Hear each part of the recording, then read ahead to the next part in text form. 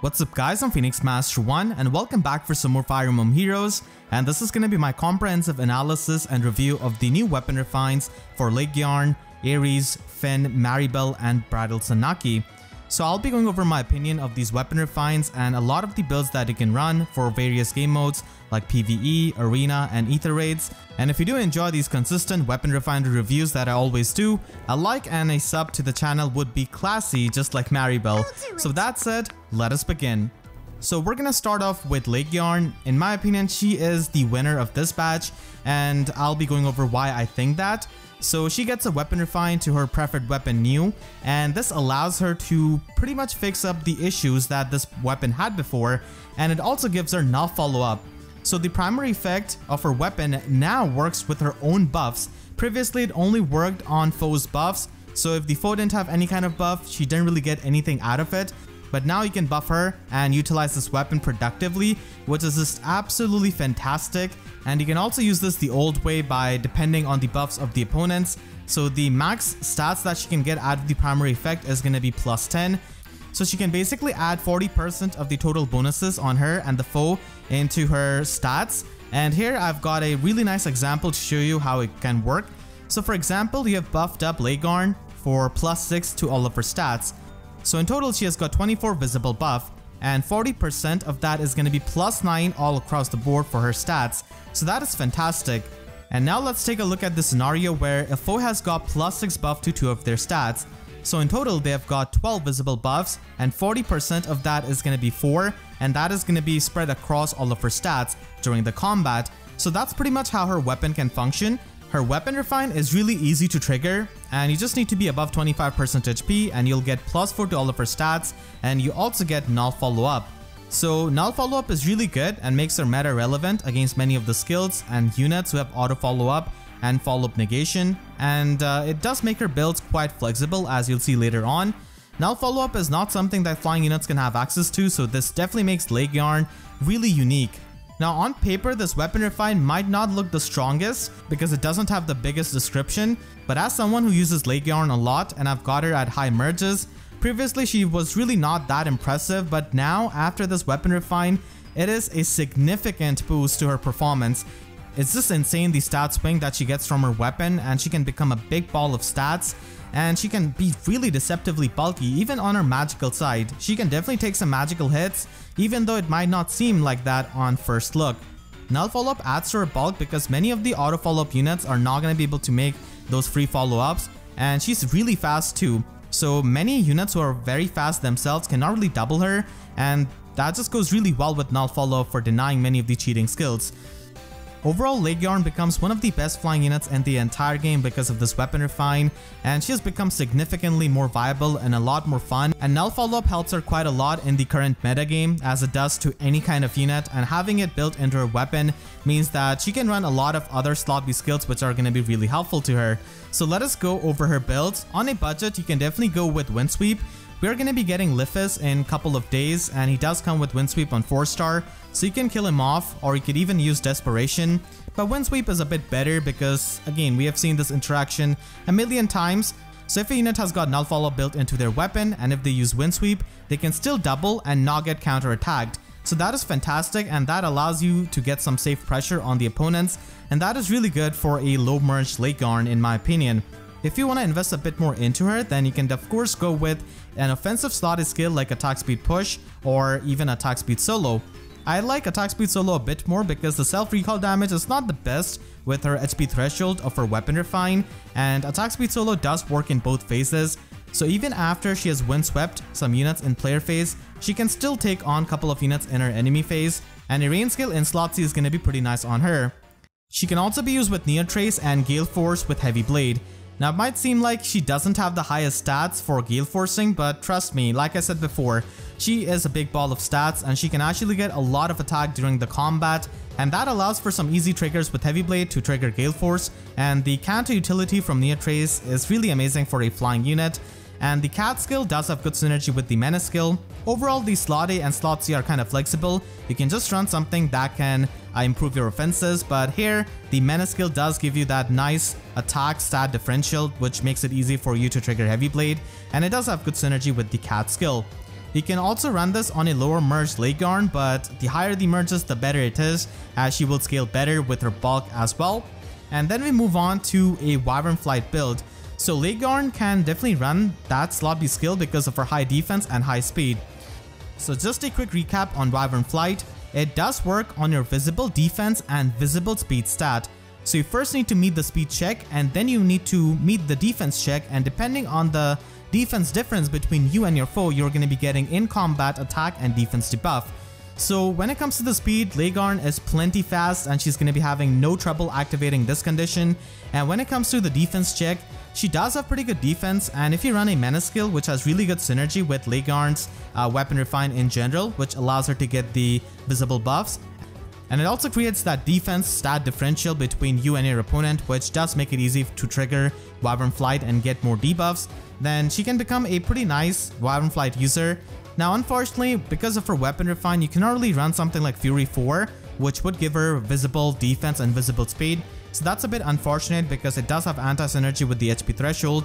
You can also run Fortress Defense Res, but then it reduces her attack, which is not all that good for damage output or for triggering Heavy Blade. So with this kind of build, she can get a lot of in-combat debuffs and also get a lot of stats with her weapon refine, and again be a big ball of stats essentially. You can also use her with Wyvern Flight as a tank. Now again, on surface this might look like she doesn't have the highest resistance, but keep in mind that she can get a lot of stats from her weapon, and she can also debuff the opponents with the attack defense menace skill. So this allows her to function pretty well as a tank and even take on magical threats, and Mystic Boost is going to be giving you that consistent self-healing. She can also be used in Arena with R-Dual Flying 4, and in my opinion she is really amazing in Arena because everyone and their mom uses some kind of rally skill, so there her weapon is almost always going to be active and stealing the buffs from the opponents. So there I feel like Wyvern Flight is not the best option because we have some really high defense whale units, and I feel like Guard Bearing is a bit better in an environment of Arena. Guard Bearing is going to be giving you that nice damage reduction on foe's first attack, and she's pretty fast, and she also has null follow-up, so most of the time she's not going to get doubled. So Guard Bearing does provide you with some really good value, and you can run a rain skill and have attack respond. And you can also run a Neo Trace build on her for Arena because you do not have access to a lot of the movement skills, so having that counter utility is just really fantastic. And here attack defense menace can be utilized because again it will be helping you with the Galeforce shenanigans by debuffing the opponent's attack and by buffing up your own attack. And attack defense Neo Trace also gives you the in combat attack debuff, which makes it easier for you to trigger Heavy Blade even against many of the plus 10 merge units in Arena. She can also be ran as an Aether Raid's offense tank in the light season. She can get the extra resistance from Dagger and Air, and she can be deceptively bulky honestly.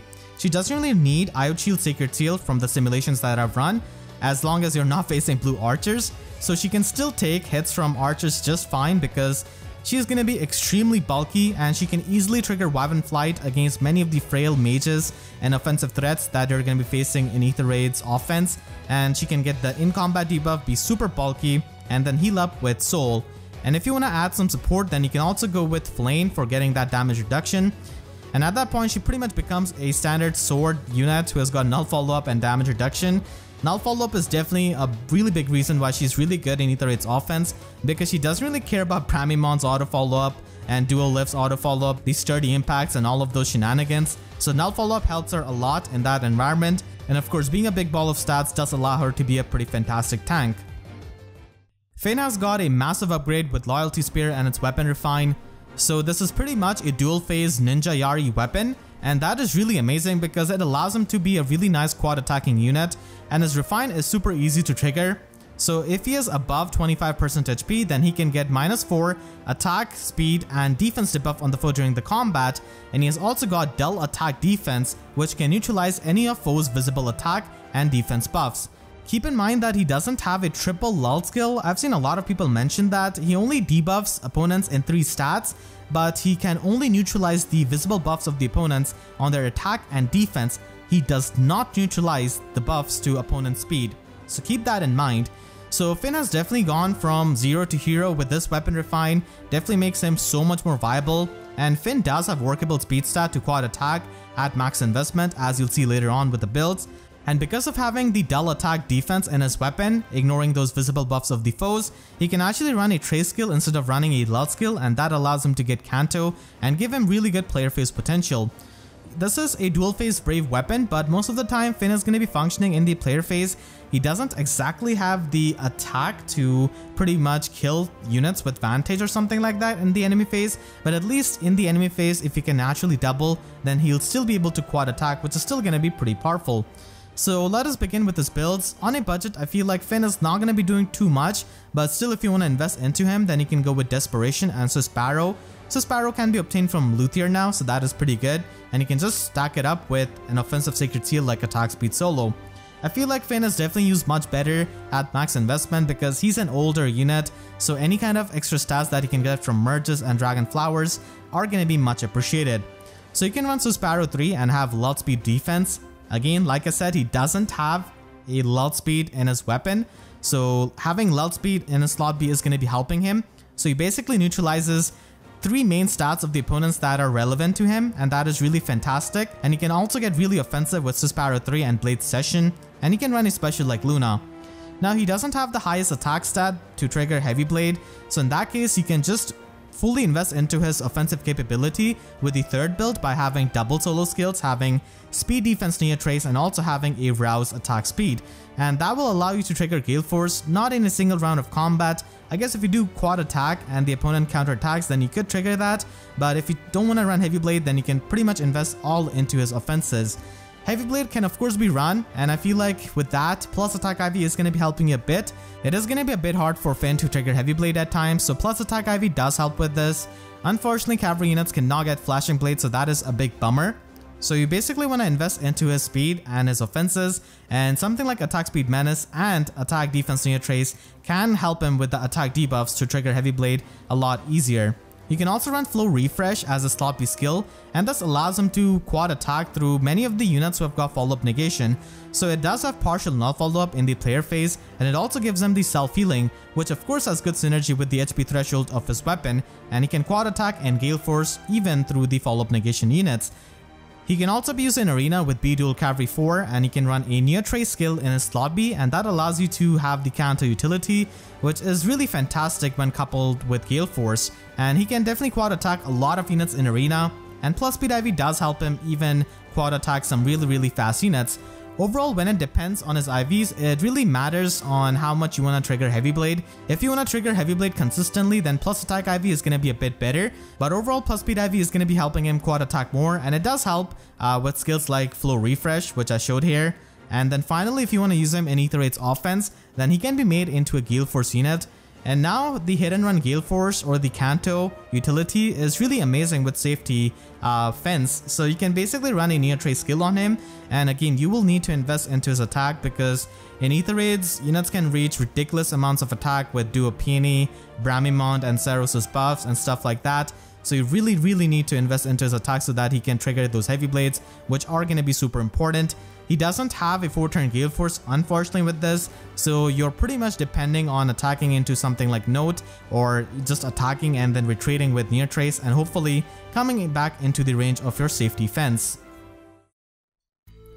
As you all know, I'm a really big Ares fan, and I'm also a really big Eldigan fan, and you could have imagined how excited I was when I heard about Dark Mystletain's Weapon Refine, because this brings our boy Ares back to new life, and it also gives new life to Eldigan, who doesn't have the greatest Mystletainn Weapon Refine.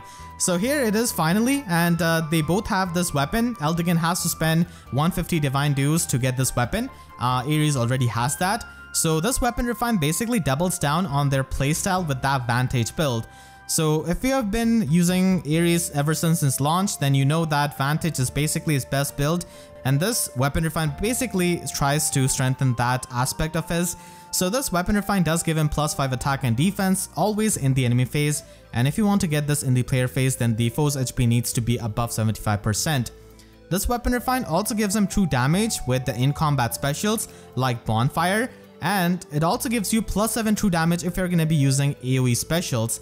He does not get +14 true damage, which is a misconception that I've seen many people say. This Weapon Refine's description can be a bit confusing, I guess, because they have pretty much repeated the same thing twice, but he only gets +7 true damage either with the in-combat special or with the AoE special.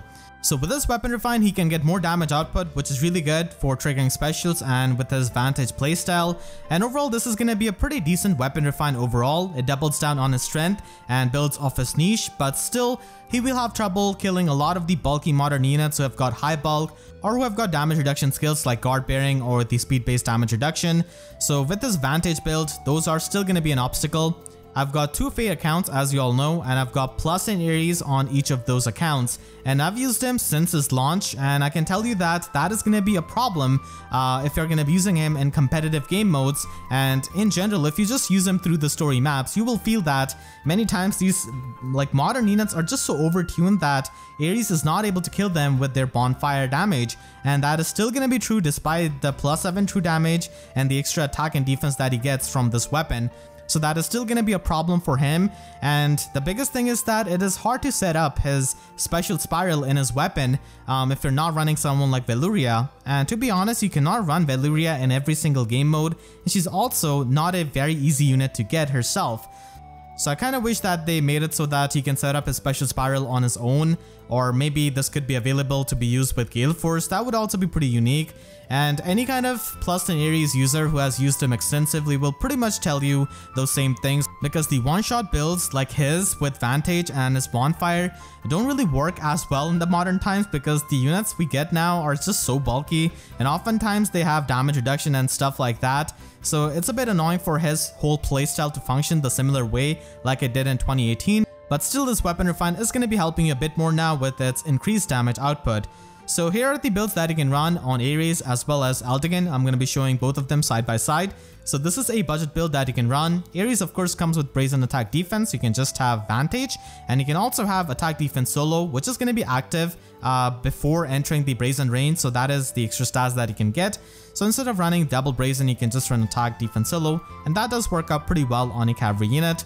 Attack Smoke can be run on a budget, and even Rouse Attack Defense is an option. And of course you want to run Bonfire with this kind of build because that is his best special. You can also run him with Distant Counter Vantage, and this is the ideal Ares and Eldigan build that you can run with Dark Mystletainn. This is the most popular build that you've probably seen a million times, and this becomes even stronger with this weapon refine. So Bonfire gives you a lot more damage now in the Vantage range, and you basically want to run the bread and butter build from before. You can also run him with an AoE build because he does get the true damage with AoE specials as well, and you can run him with a Neotrace skill or even a Lalt skill, depending on whichever one you have available. So the AoE build allows him to nuke really hard and damage multiple opponents with blazing specials like Blazing Wind, Blazing Flame, Blazing Thunder. All of them have their uses, so this is a fun build that you can definitely try with double life and death, or you can even go with Fury if you want to preserve their bulk. But overall, going with the extra attack stat is going to be worth it because AoE specials do calculate the damage based on your visible attack stat, so the more is better with these kinds of special. You can also use them in Arena with Ardul Cavalry 4. Aether unfortunately cannot really be spammed with Special Spiral. Galeforce is not an option. Raptured Sky does become a one-turn special, but you're kind of wasting the -2 cooldown from the Special Spiral in a way. So Blue Flame does work out. The only downside is that you need to be beside an ally, which can be annoying as a cavalry unit, but still this is going to be giving you some really nice damage output along with the true damage that they get from their weapon. And Vantage is not going to be the best strategy in Arena because you're going to be facing so many freaking bulky armor units like Fallen Edelgard and things of those nature. So running a Lalt skill is going to be a bit better for their bulk and also their damage output to just neutralize those visible buffs from the rally skills of the opponents. And you can just run Joint Drive Attack or a Menace skill in Slot C and just double down on their physical bulk and make them really tanky. Overall, the builds of Ares and Eldigan don't really change that much with this weapon refine because this weapon refine just plays to their strengths. Maribelle gets Punishment Staff as her new preferred weapon, and its description is just humongous. You can barely see Maribelle's face in my graphic. So I'm going to be breaking down this weapon refine, and I'm going to be explaining exactly how this weapon refine functions. And by the end of this, you'll be understanding how you can use this weapon refine to your advantage, because this is definitely a very unique weapon refine that we have really not seen before on any kind of healer.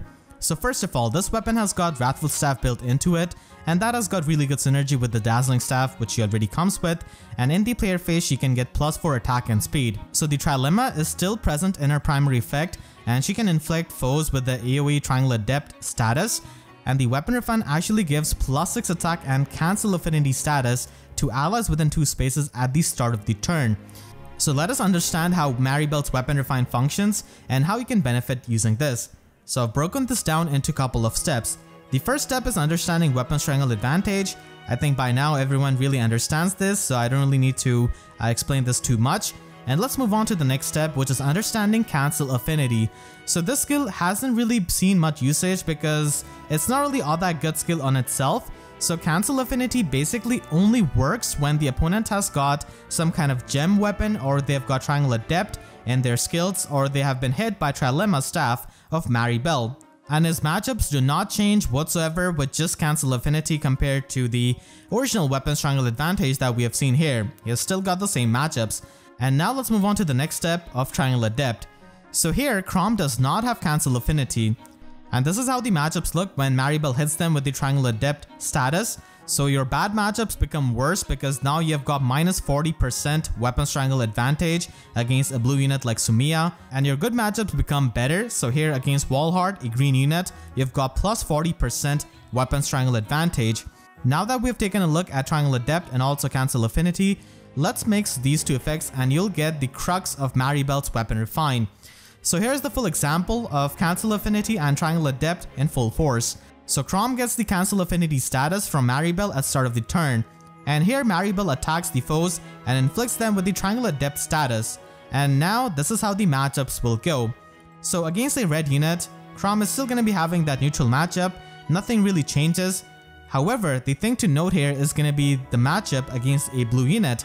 So with Cancel Affinity and Triangle Adept, you basically get a neutral matchup against a blue unit, which is a big thing. So basically he doesn't have a Weapons Triangle disadvantage against a blue unit like Sumiya, and this is pretty much going to be helping you with your tanks as you can prevent their bad matchups while still retaining the good matchups. So keep in mind that Cancel Affinity will never work against your unit and still double down on your good matchups and make them better. So here against Wallheart, a green unit, Chrom is still going to be getting the +40% Weapons Triangle Advantage, but he will have no Weapon Triangle disadvantage. Blue is going to be a neutral matchup for him. So this is the strength of Punishment Staff and how it can function. This will basically get rid of the Weapons Triangle disadvantage for your units and still make them stronger against the good matchups. One matchup which we haven't really looked at is going to be against colorless units with Raven Tomes. So here we have got our good old colorless Fallen Edelgard, which we have recently sparked, and here she's facing up against a Cecilia. So here you can see the different interactions, but basically the bottom line is that when Maribelle gives the Cancel Affinity status to Fallen Edelgard, she's going to be having a neutral matchup against someone like Cecilia, who has got a Triangle Adept Weapon Refine, and she's a really common unit. So that is going to be a neutral matchup for Fallen Edelgard, and she's most likely going to be killing her with a bonfire like she does against most of the units. So this is how it functions for the Raven Tomes. And now I hope you understand how Maribelle's Weapon Refine functions and how it can help you.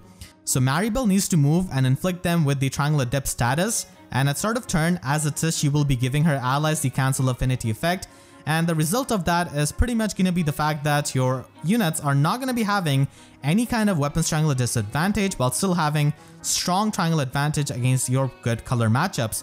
And that can be utilized with many of the strong tanks like Brave Hector and Brave Edelgard to just remove their bad matchups or Weapons Triangle disadvantage entirely. And that's how Maribelle functions really uniquely compared to other staff units. So now let us take a look at some of her builds. On a budget, you can just run speed +3 and have attack speed solo, which does work out pretty well for a cavalry unit like her. And she can still get 46 speed in the player phase, which is not bad for an unmerged Maribelle who is not boosted. You can also run Miracle as her special, which is pretty cheap to get.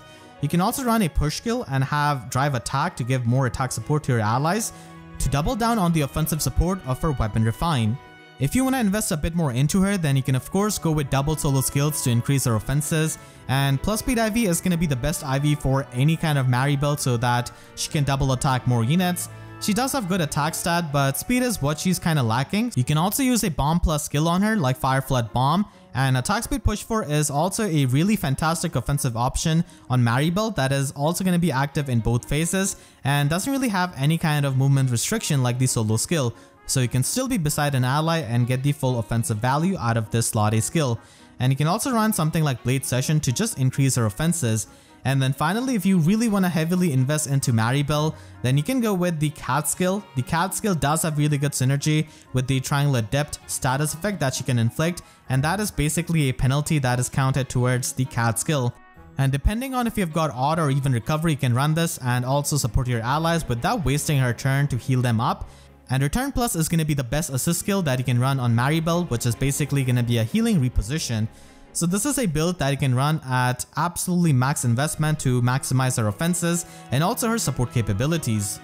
I feel like Maribelle can be a pretty nice tech option in either its offense with a strong far save and near save tank. So of course Brave Hector comes to the mind, and many teams do run green units specifically for tackling Brave Hector. And when you hit them with Maribelle's Triangle Adept and Hector has got the Cancel Affinity status, then green matchups mean absolutely nothing for someone like Brave Hector, and they are just going to be becoming a neutral matchup as you've seen before. So this allows Hector to tank them even better and makes him even a better tank, as he'll not be having any kind of weapon strangle disadvantage, which is quite crazy. So this is a pretty nice tech option that you can utilize. Of course, most people like to use Flame with Brave Hector to get that flat damage reduction, but against a team that has got a lot of green units, this could certainly be a pretty nice option that you can utilize. And you can basically use her cavalry mobility to hit the opponents and hit them with a Triangle Adept status, and then just use her save armor units to protect her from any kind of opponents. Maribelle can also be used in Aether 8's defense with Note and some of the cavalry threats, so she can basically be used in a cav line. She's of course not going to be providing you the value of something like Flash Plus, which many of the Note teams really need because they want that flash effect to combat these save units. So Maribelle doesn't really provide that, but what she gives you is basically a neutral matchup. So for example, someone like Dual Lift is going to be having a neutral matchup against a tank like Brave Hector, who's again used a lot with far save. Not really the best thing ever because Flash Plus is still going to be giving you a ton of utility, and there are also healers who can run Palm Staff, but still this can be something unique which your defense team can have with Maribelle. Finally, if you want to use her in arena, then C-Dual Cavalry is an option, but unfortunately because of being a healer, she doesn't really score all that well. But I guess if you've got heavily merged legendary units and you don't really care too much about the arena scoring, then this could be an option. Sanaki is the seasonal refine of this batch, and after her weapon refine, she no longer gets the speed boost from her weapon. Instead, she can get extra resistance. So her weapon and her refine can give her a couple of effects. The first effect is really easy to trigger, and she can get +5 attack and resistance during the combat if she's within 3 spaces of any kind of ally. And then she can get +4 attack and resistance in combat if she is near 2 allies in 3 spaces. So it's basically like a form effect. And now we move on to a refined part. If the foe is above 50% HP, then she can get +5 attack and resistance during the combat. And then finally, she can copy the highest visible attack buff of an ally within 2 spaces of her and add it to her own attack stat. So if an ally within 2 spaces has got attack tactic buff, then she can basically copy that buff and use it during the combat herself. So if all of the conditions are met, then Sanaki can get +20 attack during the combat, which is definitely going to be making her into a really good nuke. So she has really good one-shot potential with her already high attack stat and getting this kind of extra attack during the combat, and she's not even boosted herself by any kind of buffs. So this makes her a good nuke, and she is a flying unit, having good mobility, having access to a lot of the mobility skills like aerobatics, fly formation, and stuff like that. But unfortunately, this is also her downfall because being a range flyer unit, she doesn't have access to a lot of skills like lull skills or time pulse or being charged up by infantry pulses to have a pre-charge special and stuff like that. So as a nuke, she definitely faces competition from many of the green mages. Recently we got Legendary Byleth who can have a pre-charge Sublime Heaven, and he can hit really hard, cut through any kind of damage reduction, and also have null follow up.